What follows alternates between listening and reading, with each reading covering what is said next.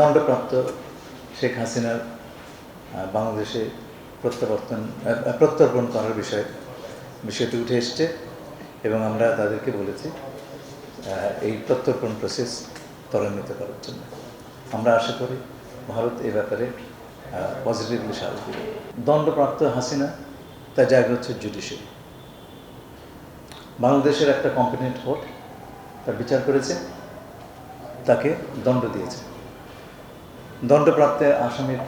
দণ্ডপ্রাপ্ত ব্যক্তির বিষয়ে কী হয়, তাকে কাস্টডিতে নেওয়া হয় এবং তার যদি কিছু বক্তব্য থাকে, আত্মপক্ষ সমর্থনের কিছু থাকে, সেটা আদালতে বলবে। তো 5 তারিখে হাসিনা যে কাজটি করেছে সেটা হচ্ছে বাংলাদেশের জুডিশিয়ারি রাষ্ট্রের একটি স্তম্ভতার প্রতি বৃদ্ধাঙ্গুষ্ঠে দেখিয়েছে এবং সেই কাজটি ভারত সরকার করতে দিয়েছে।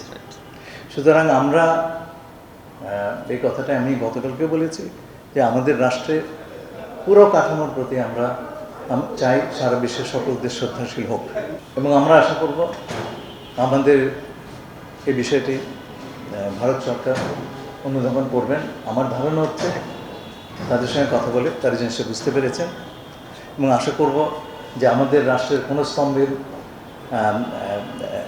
স্তম্ভকে আন্ডারমাইন করার কিছু তারা আর করবেন না, এটা আমাদের প্রত্যাশা।